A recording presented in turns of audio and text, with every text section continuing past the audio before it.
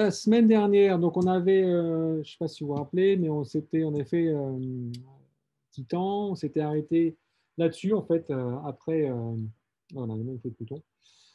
Après Titan, les planètes géantes et Pluton, on s'était arrêté sur les astéroïdes de la ceinture de Kuiper. Et donc, je vous rappelle, la ceinture de Kuiper, c'est cette ceinture qui est en fait loin de nous, vu qu'elle est aux confins du système solaire. Et c'est une.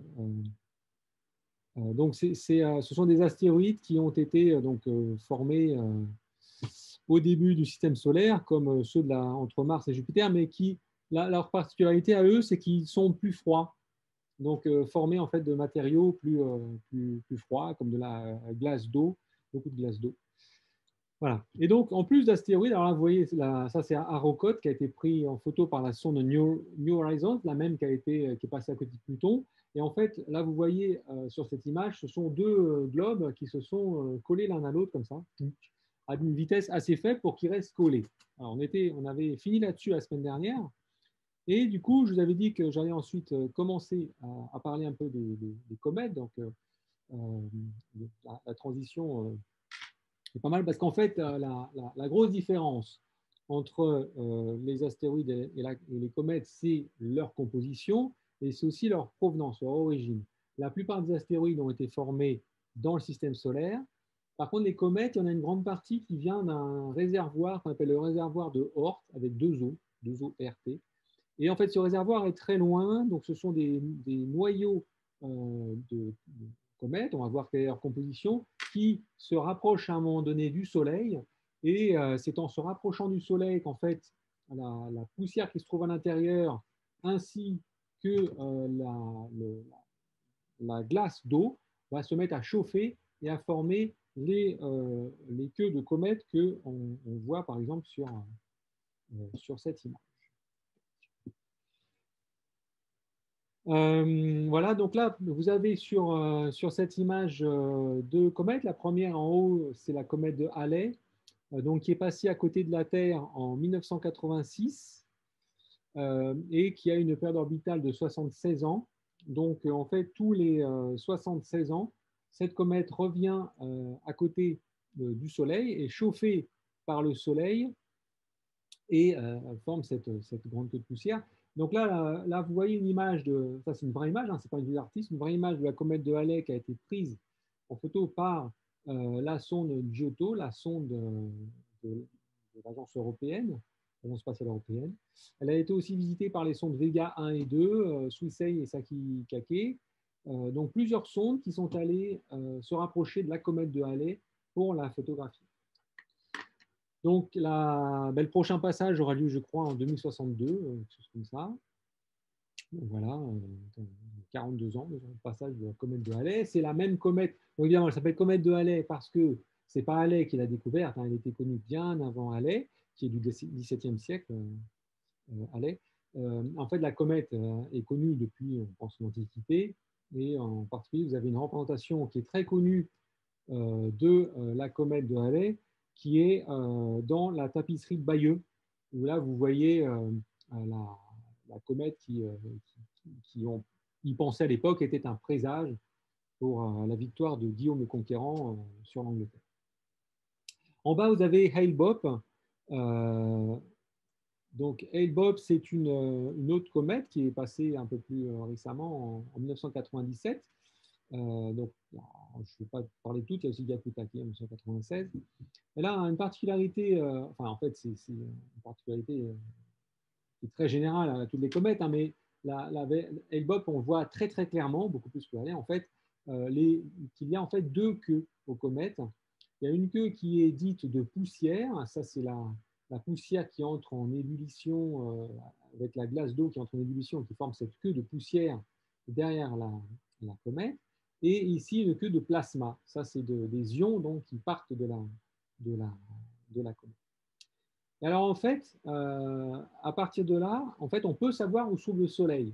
Parce que ce qui crée cette queue de poussière, ou même de plasma, c'est le Soleil qui va faire chauffer la comète. Et donc, le Soleil se trouve de l'autre côté de la queue, il se trouve vers le bas. Là, pendant que là, le Soleil se trouve de l'autre côté, il chauffe, ça chauffe le noyau de la comète, et vous avez cette queue de poussière et cette queue de plasma qui se dégage de la comète. Alors, le résultat principal, ce que l'on sait des comètes, en fait, quand moi, j'étais petit, on me disait que c'était des grosses boules de neige sales.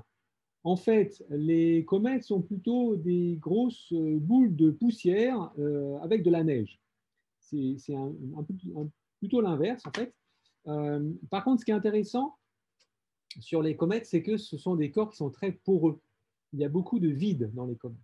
Et en fait, du coup, la surface est très instable parce que, comme il y a du vide à l'intérieur, si sur la surface, vous avez un petit peu de glace qui entre en ébullition, ça s'écroule. Donc, ce n'est pas une surface stable. Il vaut mieux ne pas construire sur une comète parce que votre construction va vite disparaître. Excusez-moi, monsieur. Oui, allez-y. Ouais. Du coup, la comète, ça veut dire qu'elle peut, dans l'espace, elle peut se dissoudre à tout moment, vu que c'est instable. Enfin, c'est séparé en petits morceaux. En fait, elle ne se dissout pas comme ça de façon instantanée. Par contre, on va voir, la surface peut bouger très très vite. Et surtout, ce qui se passe, c'est que comme elle entre en ébullition et que la matière s'en va dans l'espace, eh bien évidemment, la comète disparaît peu à peu. C'est-à-dire qu'elle perd de la matière à chaque fois qu'elle passe à côté du Soleil. Et comme elle passe périodiquement à côté du Soleil, eh bien, en fait, on dit qu'elle fond petit à petit. Ok, donc en fait, elle tend à disparaître au bout d'un certain moment. Exactement. Alors, ça prend longtemps quand même parce que c'est une comète, on va le voir, hein, ça peut être quelques kilomètres de diamètre. Ah oui, quand même. Oui, voilà, donc ça peut quand même prendre beaucoup de temps parce qu'il y a quand même beaucoup de matière. Après, il faut savoir aussi qu'il y a des comètes, donc elles viennent du nuage de Oort qui est très très loin, qui est bien plus loin que l'orbite de Neptune. Et certaines comètes sont périodiques, donc passent périodiquement autour du Soleil. C'est le cas de Halley, par exemple. Et certaines comètes ont une orbite parabolique, ce qui fait qu'on ne les voit qu'une seule fois. Et après, elles disparaissent. Donc, ça dépend de la nature de la trajectoire. Ensuite, il faut voir aussi que les grains des comètes sont donc il y a beaucoup de neige, de glace, d'eau. Il y a aussi beaucoup de grains, de matériaux organiques, dont on a même trouvé de l'acide cyanhydrique, du formaldéhyde, donc ce qui entre dans le cadre de ce qu'on appelle les molécules prébiotiques. Donc, les comètes peuvent représenter un apport conséquent de molécules prébiotiques sur la Terre lorsqu'elles tombent, enfin sur la Terre ou sur une autre planète, hein, lorsqu'elles tombent sur n'importe quelle planète. Alors, comment on sait tout ça? Parce qu'on est allé vers les comètes, parce qu'on a fait des mesures spectroscopiques, mais aussi parce qu'on les a étudiées sur place. Alors là, je vais vous montrer quelques exemples. Le premier, c'est Deep Impact. C'était une mission de la NASA. Donc là, en haut, vous avez une vue d'artiste avec la comète, la sonde ici, puis ici, un impacteur. Donc le but, c'était d'étudier la composition de cette comète qui s'appelle Temple 1, qui est une comète périodique, et là où vous retrouvez de nouveau la queue de poussière et la queue de plasma. Vous avez les deux queues, donc qui ne sont pas parallèles, qui partent toujours avec un angle différent. Et eh bien, ici, on a l'image, cette fois-ci, c'est pas une vue d'artiste. Alors ça, évidemment, ce n'est pas une vue d'artiste, c'est une vraie image. Et celle-là aussi, c'est celle-là qui est une vue d'artiste. Et là, vous voyez la comète. Alors, la première chose que vous remarquez, c'est qu'elle a la forme, on appelle ça un patatoïde. Un patatoïde en astronomie, c'est un corps qui n'est pas rond. Et en fait, tout corps petit a une forme comme ça, un petit peu différente d'une sphère, parce qu'elle n'a pas assez de gravité. C'est la gravité qui va tendre à faire que un corps devient sphérique. Si vous n'avez pas assez de gravité, ça a une forme comme ça un peu bizarre, forme de patate. C'est pour ça qu'on appelle ça un patatoïde. Et c'est un vrai terme scientifique, hein, vous retrouvez ça dans les articles. Et donc, le 4 juillet 2005, donc 4 juillet, c'est évidemment le jour de l'indépendance aux États-Unis, et c'est pour ça qu'ils ont choisi cette date-là pour impacter la comète. C'est une sonde de l'Agence spatiale américaine. Donc, il y a un impacteur qui a percuté la comète, qui a dégagé des matériaux suite à l'impact et qui a formé un cratère de l'ordre de 30 mètres de diamètre. Et donc, ça a conduit à l'éjection de quelques tonnes de matériaux du sous-sol de la comète. C'est ce matériau qu'on voit là, en fait. Hein, vous avez ici, c'est un spectre, donc ça va de 2 à 4,5 microns, c'est un spectre en infrarouge. Et vous voyez qu'il y a beaucoup d'eau beaucoup de dioxyde de carbone et aussi de la poussière qui se trouvait donc dans la comète, à l'intérieur de la comète. Donc vous avez beaucoup de matériaux là dont on a pu déterminer la nature grâce à la sonde qui faisait une analyse spectroscopique de la matière qui avait été éjectée par l'impact. Donc ça, c'est une méthode un petit peu brutale, on va dire. Il faut envoyer une bombe, en fait, sur un corps pour pouvoir l'étudier. Donc ça, il y a un peu plus doux comme méthode. Ça a été fait, par exemple, sur une autre comète qui s'appelle la comète Wild 2. Donc là, vous avez une vue d'artiste de ce qui se passe. La comète Wild 2, il y a une sonde qui s'appelle Stardust, qui veut dire poussière d'étoiles, qui a été lancée en 1900, c'est une sonde de la NASA, une sonde américaine, qui a été lancée en 1999 et qui a collecté 10 000 particules de poussière de la coma, c'est-à-dire la chevelure de la comète, la coma cométaire donc de Wild 2, le 2 janvier 2004. Donc, cette sonde a récupéré des poussières, puis elle est retournée vers la Terre et une capsule a atterri dans le désert de l'Utah en 2006. Et en fait, la sonde est passée dans la queue et vous voyez de la comète, et vous voyez ici les impacts de grains qui sont rentrés dans un aérogel. Donc ça, c'est des grains cométaires qui sont rentrés dans un aérogel. Vous voyez que les grains sont tout petits, sont plus petits que le millimètre, et le tout a été maintenu par une feuille d'aluminium. Et une fois qu'ils étaient rentrés dans les grains, dans l'aérogel, pardon, les grains ne risquaient plus d'être contaminés par une autre matière terrestre. Et tout ça, ça arrive sur la Terre. Sur la Terre, on analyse ces grains et la composition de ces grains avec un laboratoire chimique avec tous les derniers instruments les plus modernes. Et ce qu'on trouve, c'est qu'on peut, dans ces grains-là, il y a de la matière organique prébiotique, de l'alcool, du cétone, de l'aldéhyde, des acides carboxyliques, cyanhydriques, des amides, des nitriles et aussi de la glycine, qui, je vous rappelle, est l'acide aminé protéique le plus simple. Donc, ça justifie cette théorie de la panspermie qui propose que des molécules prébiotiques sont arrivées sur Terre suite au bombardement astéroïde ou cométaire. Et le résultat principal de cette étude a été de montrer que les molécules contenant les comètes ont été formées à très haute température, assez près du Soleil. Donc finalement, c'est assez drôle parce que vous voyez que le résultat montre qu'on se forme là, proche du Soleil, alors que le nom de la sonde, qui est Stardust, en fait, vient du fait qu'avant de lancer cette sonde-là, on pensait que les comètes étaient formées de matériaux qui provenaient de nuages interstellaires, c'est-à-dire de poussière d'étoiles. En fait. Il s'avère que non, les molécules sont plus complexes que ça, et on pense que la plupart des molécules ont été formées plutôt proches de leur étoile. Voilà, donc ça c'est Stardust, la mission Stardust sur Wild 2. Je vais vous montrer une autre comète qui est cette fois-ci Hartley 2. Là, vous la voyez, vous voyez la taille, hein, ça fait de l'ordre du kilomètre à peu près. Vous avez des jets de gaz, des jets de neige qui proviennent de cette comète. C'est une comète jovienne, de la ceinture de Kuiper, au-delà de Neptune. Et donc, dans cette comète, on a détecté de l'eau mi-lourde, c'est-à-dire au lieu d'avoir H2O, vous avez HDO, D étant du deutérium, c'est-à-dire une forme isotopique lourde de l'hydrogène. Et en fait, ça a montré que cette comète-là enfermait une eau similaire à celle des océans terrestres. Donc, ça a alimenté la possibilité que l'eau qu'il y a dans les océans terrestres provient en partie de comètes de ce type-là qui auraient bombardé la Terre au début de sa formation. Voilà, donc c'est le dernier point qui est marqué ici, cette origine extraterrestre de l'eau sur Terre qui était initialement dénuée d'eau à la surface. Ça serait par le bombardement de petits corps glacés du système solaire tels que astéroïdes et comètes qu'on aurait pu reformer l'eau qu'il y a sur Terre.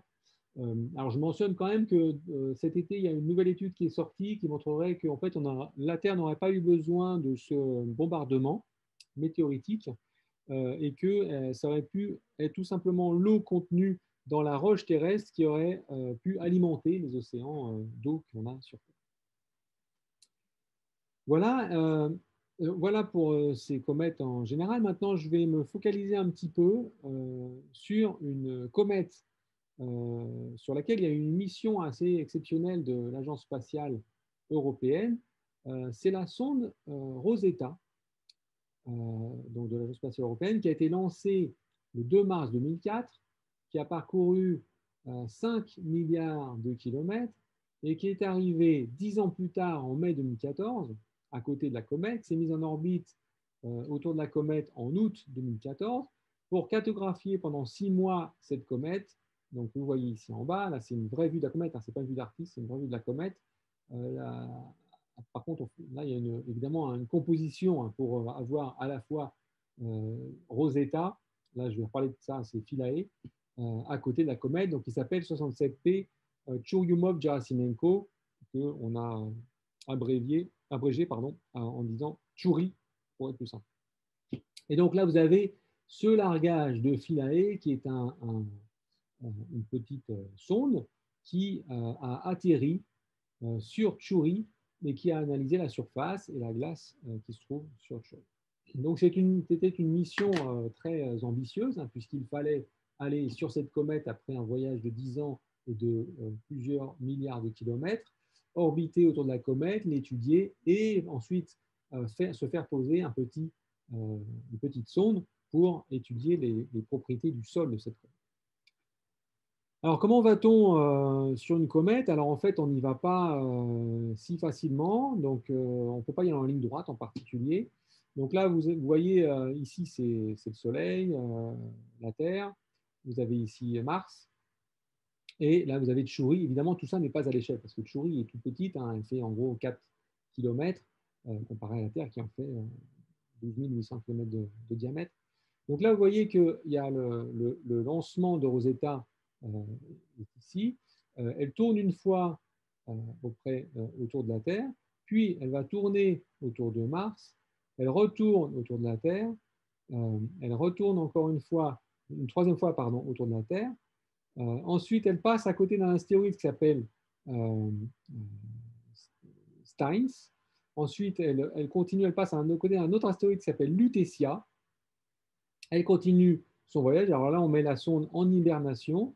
Donc Rosetta continue son voyage. Elle arrive cette fois-ci au niveau de la comète. Là, c'est Philae qui va atterrir sur la comète. Et après, elle continue son voyage. En particulier, elle s'approche du Soleil.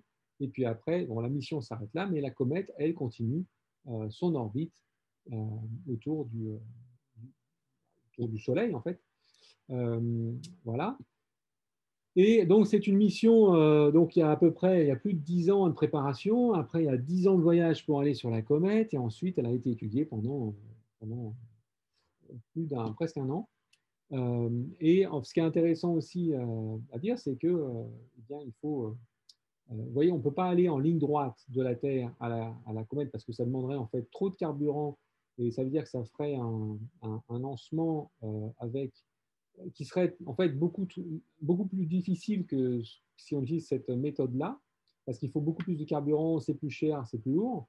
Alors qu'en utilisant la gravitation des planètes, eh bien, on arrive à faciliter l'accélération. On accélère à chaque fois qu'on passe à côté d'une planète et on arrive plus vite comme ça à côté de la comète. Alors, à quoi ressemble cette comète? Eh bien, voilà la vision de la comète qu'on a depuis la Terre. Hein. Ça, c'est une image prise au VLT, l'Observatoire européen austral. La comète vue à 500 millions de kilomètres, donc finalement pas si loin que ça. Hein. Mais vous voyez qu'elle est toute petite. Là, c'est un corps qui fait quelques kilomètres. Donc, c'est vraiment pas grand. Ça, voilà la vision maintenant vue de Rosetta, la sonde. 67P, Chury, est formée de deux noyaux, comme l'astéroïde Arrokoth que je vous avais montré tout à l'heure, hein, formé de deux noyaux agrégés, et on pense que c'est une collision à faible vitesse. Donc, je vous rappelle, comme il y a beaucoup de neige, de glace, d'eau à l'intérieur, c'est comme si vous prenez deux boules de neige, voilà, vous êtes à la montagne, vous prenez deux boules de neige, vous les collez l'une à l'autre, eh bien, ça ne fait pas quelque chose de rond, ça fait juste deux boules qui sont collées l'une à l'autre. Là, c'est pareil. En fait, vous avez deux noyaux qui se sont agrégés à faible vitesse, et donc ils se sont collés. S'ils avaient été agrégés à forte vitesse, il y aurait une collision avec tous les débris qui seraient répartis autour et ça aurait formé un patatoïde plus régulier. Là, comme vous avez une collision à faible vitesse, vous avez un patatoïde, mais qui a cette forme très bizarre de deux noyaux. Voilà, donc il s'agit d'une comète jovienne qui appartient à la ceinture de Kuiper, pardon, et avec une période orbitale de 6,5 ans. Donc tous les 6 ans et demi, elle revient autour du Soleil. Donc voilà cette comète. Alors, évidemment, le choix de la comète avait été fait bien avant qu'on ait cette image. Donc, quand la sonde est arrivée près de la comète, il fallait décider où est-ce que Philae allait atterrir. Et quand vous voyez cette comète-là, vous vous dites, oulala, ça va être compliqué d'atterrir. Parce que vous voyez qu'il n'y a pas beaucoup de surface qui paraît plane, vraiment plane, qui permet vraiment d'atterrir à un endroit sans qu'il y ait trop de danger. L'atterrisseur étant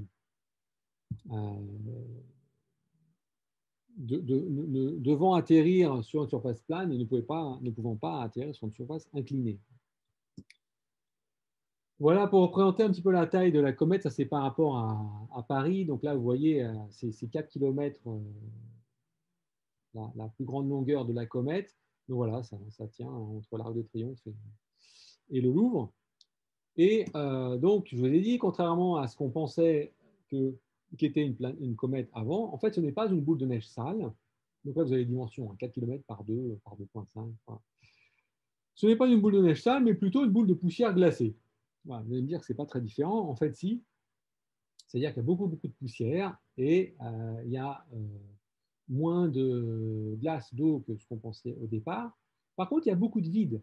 Elle est poreuse à 85%. C'est pour ça que je vous disais tout à l'heure, il y a des le sol et la surface est refaçonnée de façon régulière au fur et à mesure que la comète est chauffée par le Soleil, parce qu'il y a beaucoup de vide en dessous. Donc, si vous avez une partie qui entre en ébullition et il y a la poussière avec de la neige qui va partir, eh bien, ça fait un trou et du coup, la comète le sol va se refaire à cet endroit-là. C'est très poreux. Et donc, on voit des dégazages d'ailleurs très souvent. Vous voyez ici des jets. En fait, ça, ces jets-là que vous voyez, c'est le soleil qui occasionne ces jets-là. Et qu'est-ce que c'est? Eh bien, c'est tout simplement de la glace d'eau qui est en train d'entrer en ébullition et qui part sous forme de gaz. Donc, vous avez ce dégazage et évidemment, ça entraîne aussi de la poussière avec, pas seulement de la glace d'eau, enfin, de la neige, pas de la glace d'eau, mais aussi des poussières. Alors voilà, là vous avez beaucoup d'images différentes de dégazage avec Tchouri qui est prise sous tous les plans imaginables. Donc vous voyez d'abord qu'elle a une forme, alors on a dit que ça ressemblait un peu à un canard, avec ici c'est le corps du canard, le cou et la tête du canard. Et vous voyez qu'il y a ce cou, en fait, du canard, là, ce qu'on voit peut-être un peu mieux ici par exemple, et bien de ce cou, vous avez beaucoup de dégazage. Et ce qui suggère que c'est vraiment une collision à faible vitesse et que là, c'est la partie la plus fragile, c'est justement entre les deux noyaux. Et c'est là que dégaze le plus parce que c'est là qu'il y a le plus de neige qui peut entrer en ébullition. Donc, quand la sonde Rosetta est arrivée à côté de la comète, les scientifiques se sont dit ça va être compliqué d'atterrir, il va falloir trouver un endroit pour atterrir sur cette comète-là qui soit pas trop dangereux. Où est-ce qu'on atterrit? Est-ce qu'on atterrit plutôt sur la tête du canard, ou plutôt sur le corps du canard, plutôt sur le cou? Tout ça, c'est pas très clair. Et s'il y a du dégazage, c'est peut-être pas très bon non plus pour la sonde qui va se ramasser plein de poussière dans la tête. Ah, voici des images. Ça, c'est des images qui sont assez impressionnantes, en particulier celle-là. Ça, c'est un selfie de Rosetta, voilà, avec les panneaux solaires. Donc, il y a Rosetta, puis il y a aussi la sonde Philae qui est encore à l'intérieur. Et là, il se trouve à 16 km de Tchouri. 16 km. Et donc, Rosetta, ce qu'elle va faire, c'est qu'elle va larguer Philae. Philae, donc, c'est un atterrisseur qui va aller sur la comète. Donc là, vous voyez, Rosetta, elle était avec Philae pendant ses 10 ans de voyage. Et là, elle va larguer Philae qui va atterrir sur la comète. Donc, en gros, Rosetta se trouve avec Philae, au départ, se trouve à peu près à une dizaine de kilomètres de Philae. Et le trajet de 10 km de Rosetta à la comète que va suivre Philae, ce trajet va durer à peu près 7 heures. Alors, 7 heures pour faire une dizaine de kilomètres, ça paraît énorme. et ça l'est en effet, mais c'est parce que la gravité est très très faible sur la comète. En fait, si vous trouviez sur cette comète-là, il suffirait de pousser comme ça avec vos mains, mais sans même pousser fort, pour que vous partiez dans l'espace interplanétaire comme ça, et vous seriez d'ailleurs perdu à tout jamais. Donc, il ne faut pas faire ça, c'est une mauvaise idée. Si un jour vous allez sur une comète. Donc, Rosetta orbite autour, largue Philae, et Philae se dirige vers la comète. Donc là, il y a 7 heures où on attend de savoir ce qui se passe. Et évidemment, comme on se trouve quand même loin de la Terre, il y a une transmission qui n'est pas en direct avec 28 minutes de décalage. Donc ça veut dire que quand Philae devrait toucher le sol, on aura la réponse 28 minutes plus tard, si elle a vraiment touché le sol ou pas. Et finalement, vous voyez, le lieu d'atterrissage, c'est cette zone rouge là, qui est marquée sur la droite du noyau de la comète. Alors, je vais vous montrer quelques images. Ça, c'est là, vous voyez Rosetta avec un panneau solaire. Ça, c'est une image prise par Philae lorsqu'elle commence à partir de Rosetta et qu'elle va vers la comète.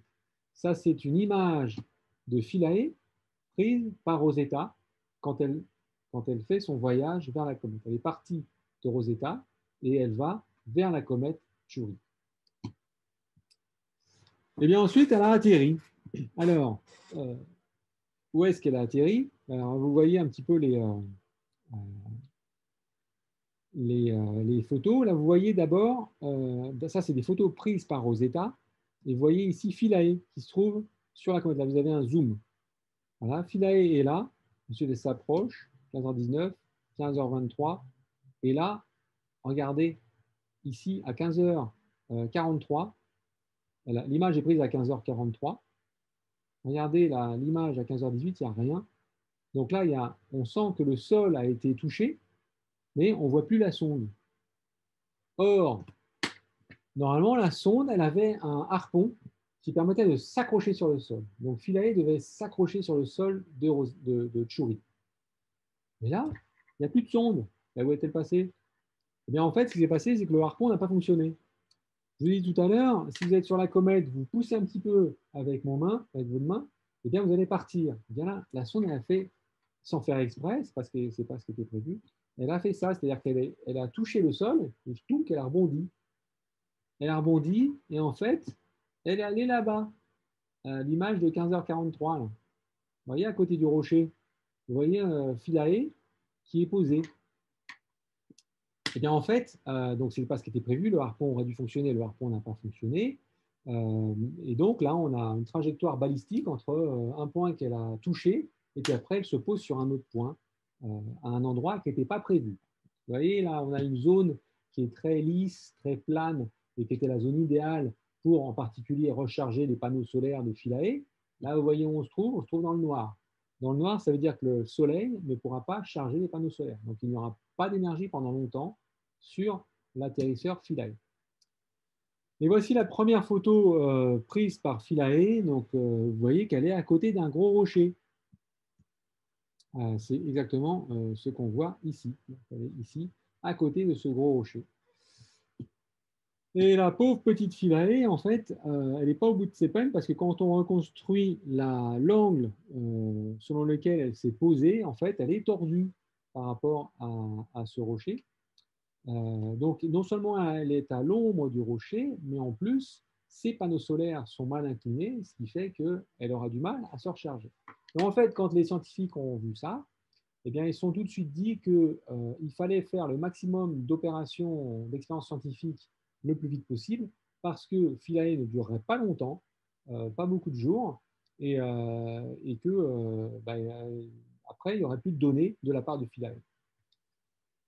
Donc, la première chose a été de comprendre ce qui s'est passé, le fait que le harpon ne fonctionne pas, le fait qu'elle était ailleurs. Une fois qu'ils l'ont retrouvée, il y a pu y avoir une communication entre Philae et Rosetta et la Terre, mais ils savaient qu'ils n'auraient que peu de jours pour communiquer avec elle.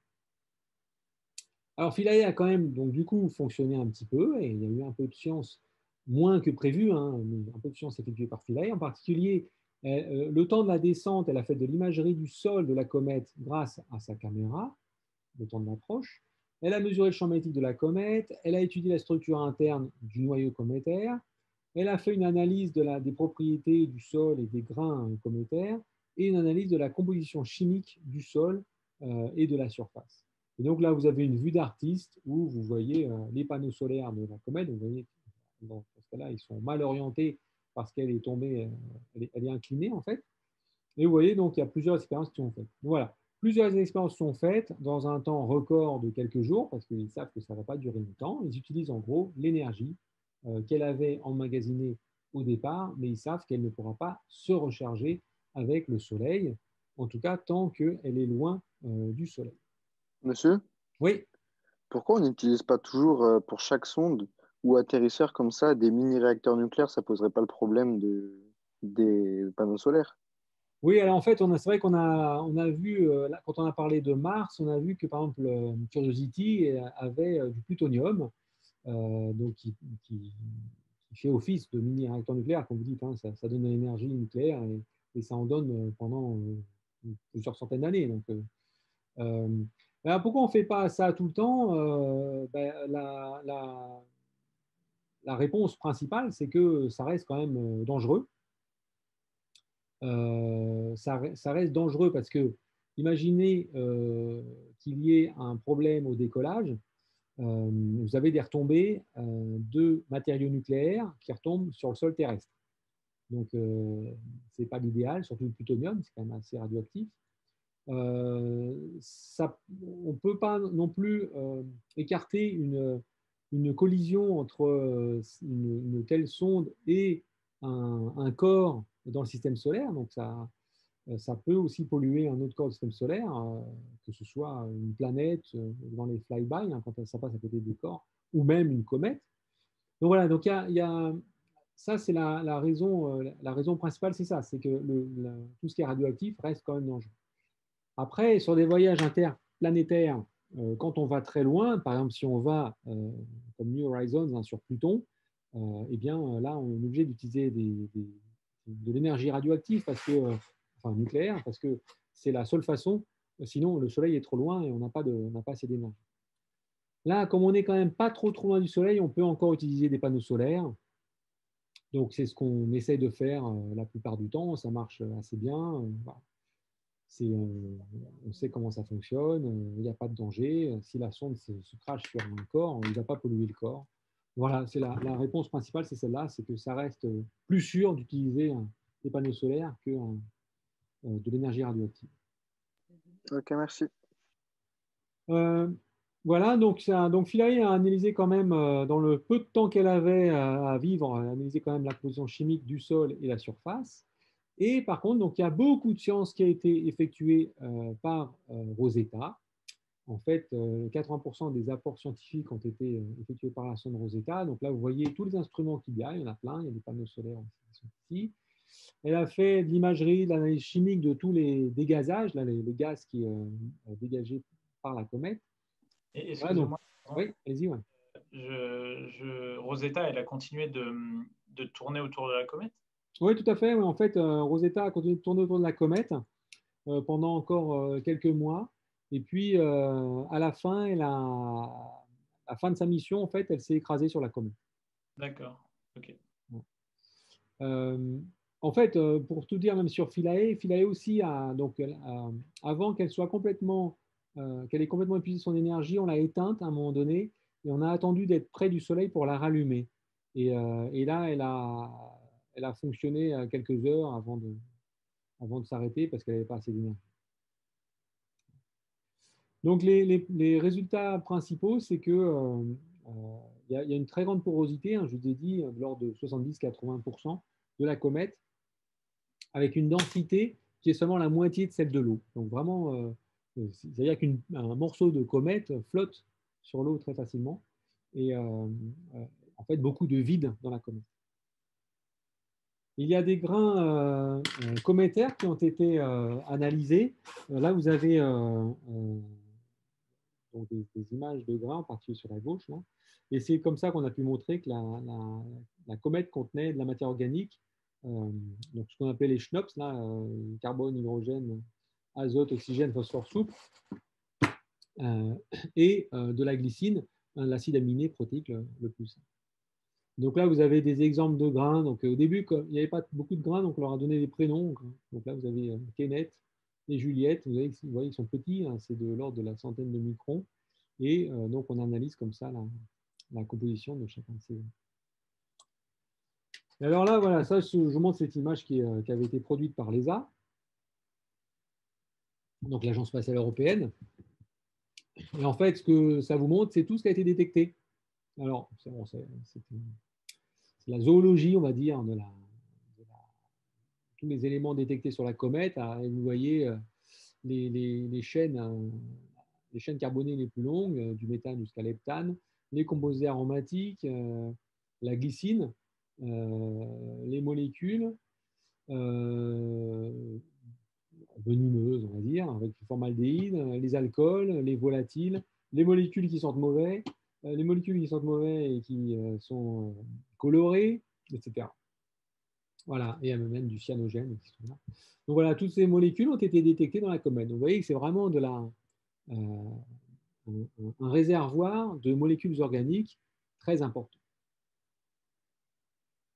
Et finalement, l'un des résultats importants de la comète, c'est celui-là. Alors là, vous voyez, bon, c'est un graphe qui peut sembler compliqué, en fait, ça n'est pas tant que ça. Ici, vous avez le ratio d'eau lourde par rapport à l'eau H2O.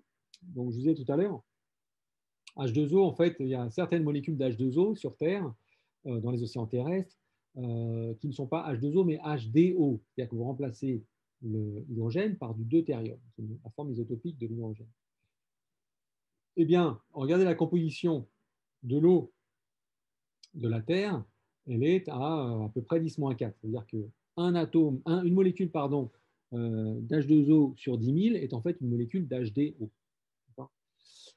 C'est à peu près pareil pour les astéroïdes. Par contre, vous voyez, c'est très différent la composition Jupiter, Saturne, Uranus, Neptune, ou Encelade, satellite de Saturne.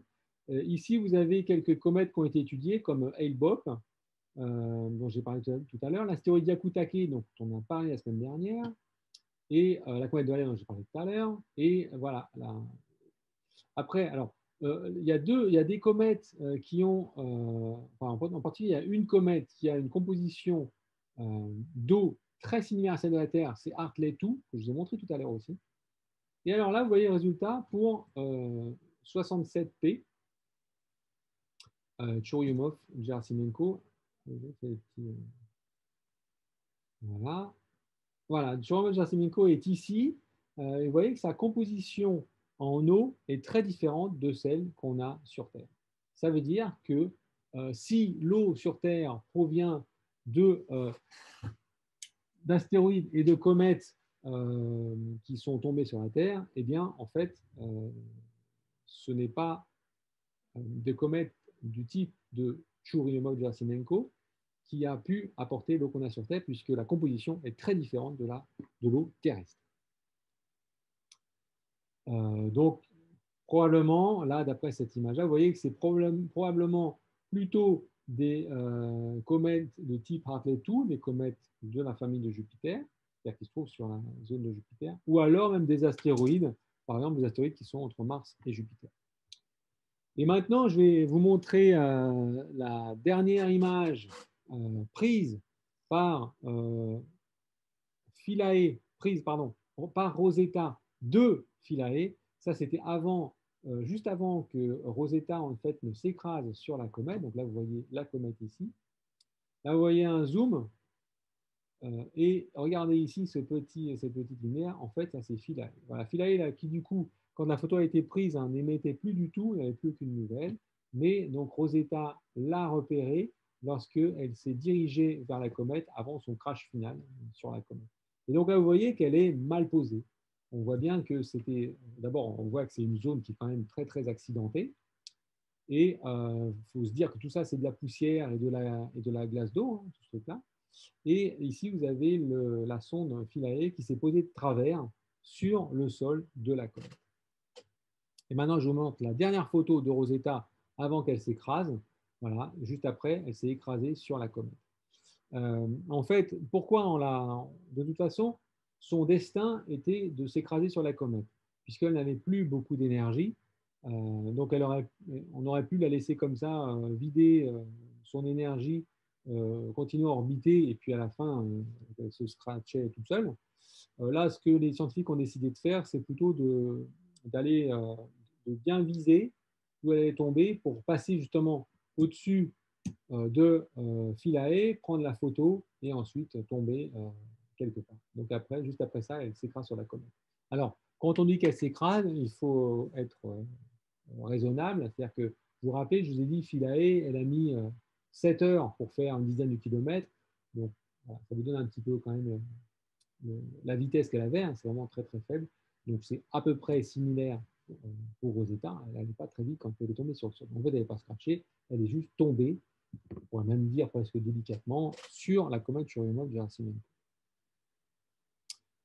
Voilà, donc ça, c'est voilà ce que je voulais vous dire sur les comètes. Est-ce que vous avez des questions à ce niveau-là? Bon, ça va. Donc, s'il n'y a pas Moi, de questions, oui, j'avais une allez-y. question sur le. Enfin, c'est un peu anecdotique, mais comment ça se fait que les photos, enfin, on voit quelque chose alors que ça doit être très très sombre la comète, il n'y a rien pour éclairer. Oui, ouais, en fait, vous avez raison. En fait, il n'y a rien pour éclairer. Il y a quand même un astre qui s'appelle le Soleil. Oui, mais elle est très très loin, non? Oui, très loin, mais qu'est-ce qui fait qu'on voit la planète Pluton même depuis la Terre? C'est parce qu'elle est éclairée par le Soleil. Hein. Enfin, Ok. Pluton. Ah, d'accord. Donc, Bah, je pensais pas que c'était assez puissant. ah si, Enfin, si, assez. toute cette lumière que vous voyez là, alors là où vous avez raison, c'est que c'est un corps qui est quand même très très sombre. Hein. Donc c'est en fait très noir. Mais comme il est éclairé par le Soleil et que le reste est encore plus noir que ça, ben, ça nous apparaît brillant par contre. Ok. Et là, vous voyez le contraste. Là en gros, vous êtes à l'ombre. Et donc, on pourrait le voir là d'ailleurs. Vous voyez ma souris là? Oui. Ouais. Là, vous êtes à l'ombre. Là, vous êtes vraiment dans la nuit. Hein. C'est-à-dire que vous n'avez pas de lumière du tout. Et ici, vous êtes au soleil. D'accord. Donc voilà, ça c'est le contraste entre le jour et la nuit. Ça, c'est vraiment le contraste de la lumière du soleil. Et donc, oui, ce que je n'ai pas dit, c'est que ce petit point rouge là que vous avez ici, c'est le zoom de cette image-là. Donc, en fait, Philae a atterri ici. Voilà, donc ça, c'est la dernière image. Après, elle s'est écrasée sur la comète. Alors oui, je voulais quand même vous montrer maintenant deux autres objets qui sont très anecdotiques. Le premier, c'est celui-là, c'est Oumuamua, qui veut dire visiteur de loin en fait, en langage hawaïen.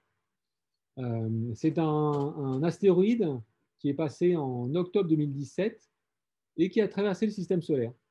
En fait, c'est un astéroïde interstellaire, c'est-à-dire qu'il n'appartient pas à notre système solaire, il venait de l'extérieur de notre système solaire, il a traversé, puis il est parti. Donc ça, évidemment, c'est une vue d'artiste. C'est marqué, hein. C'est une illustration, c'est pas du tout une image de cet astéroïde, parce qu'en fait, les images, on ne voit rien, on voit un point, je n'en ai même pas mis. Donc c'est vraiment une illustration. Pourquoi on le dessine comme ça? Parce que sur les images, on avait l'impression qu'il y avait une rotation et qu'il y avait une réflexion de la lumière qui était différente en fonction de ce qu'on voyait de l'astéroïde. Donc on pense qu'il a une forme allongée, comme ça, une forme de grand cigare, si vous voulez, forme allongée. Et donc ça a beaucoup excité la communauté scientifique, certains disant même que pourquoi ça pourrait peut-être même être un objet artificiel, vu sa forme, envoyé par des extraterrestres. En fait, il s'avère que l'objet n'est pas artificiel. Enfin, je veux dire, il y a plein de corps qui sont comme ça, allongés dans le système solaire. Donc, d'abord, on ne sait pas si vraiment il a cette forme-là. On sait que c'est une forme allongée, mais ça peut être un patatoïde, tout simplement. Certains ont dit aussi que sa vitesse, sa trajectoire avait été déviée dans le système solaire en proposant que ce soit des extraterrestres qui avaient dévié artificiellement cette trajectoire. En fait, la trajectoire va forcément être déviée dès que ce corps-là, qui est quand même assez peu massif, passe à côté du Soleil. Sa trajectoire va être déviée, donc c'est une déviation naturelle. Donc, l'explication, enfin, de dire que ça vient d'extraterrestres est un petit peu tiré par les cheveux. Par contre, ce qui est vrai, c'est que c'est un astéroïde, quand on calcule la trajectoire, qui provient de l'extérieur du système solaire et qui ensuite est parti à l'extérieur et qu'on ne reverra plus jamais. Et on a eu ça, c'était donc en octobre 2017. Ensuite, 2 ans plus tard, en 2019, donc l'année dernière, on a eu une comète qui s'appelle 2I Borisov. Ce que j'ai pas dit, c'est que là, c'est 1I, c'est-à-dire que c'est le premier objet interstellaire. Là, c'est le deuxième objet interstellaire, Borisov. Borisov, du nom de celui qui l'a découvert. Donc là, vous la voyez là, la comète, au milieu. Vous voyez ici les étoiles qui, elles, bougent parce que la comète va plus vite que par rapport aux étoiles. Et donc, le noyau, il est de 2 km. Et c'est pareil, c'est une comète qui a traversé le système solaire. Donc, on ne la verra plus. Elle est partie maintenant. Il y a eu quelques images comme ça de cette comète, mais on ne la verra plus. Et voici, vous voyez ici la trajectoire qu'elle a suivie. Elle est passée à côté du Soleil. Sa trajectoire a été déviée. Et puis ensuite, elle est partie. Voilà. Vous avez là, ici la trajectoire de cette comète-là. Voilà. Et donc maintenant, on en arrive aux confins du système solaire. Et là, je vous montre une sonde qui s'appelle Voyager 1 qui a été lancée en 1977 et qui a, il y a quelques années, réussi à sortir du système solaire. C'est la première sonde envoyée par des humains qui est sortie du système solaire. Et donc, en fait, comment on le sait? Eh bien, parce que ça, c'est le Soleil, ça, c'est les planètes autour. Le Soleil, autour, crée ce qu'on appelle une héliosphère qui est créée par son champ magnétique. Et là, vous avez 2 sondes, en fait, Voyager 1 et Voyager 2, qui sont sortis de cette zone magnétique. Et là, vous avez là une petite animation de ce qu'on voit quand on sort de la zone du système solaire, en fait. Là, quand vous êtes dans le système solaire, voilà ce que vous voyez. Vous avez des taux de particules qui sont piégés dans la zone magnétique, en fait, du Soleil et qui diminuent quand vous en sortez, c'est-à-dire que vous n'êtes plus protégé par la zone magnétique du Soleil. Et là, vous avez les rayons cosmiques galactiques qui sont contraints, qui sont en fait, il n'y en a pas tant que ça quand vous êtes dans le système solaire. Par contre, quand vous en sortez, ben, ça augmente beaucoup. Donc ça, c'était la preuve que c'est Voyager 2 là, est sorti du système solaire à la fin 2018, début 2019. Voilà, et en 1990, donc la Voyager 2 se trouvait à 6,4 milliards de kilomètres de la Terre. Elle s'est retournée et elle a pris une image de la Terre. Et là, vous voyez la Terre. Ici, vous voyez ce qu'on appelle la poussière zodiacale, c'est-à-dire toute la poussière qui est à l'origine de la formation de planètes dans le système solaire.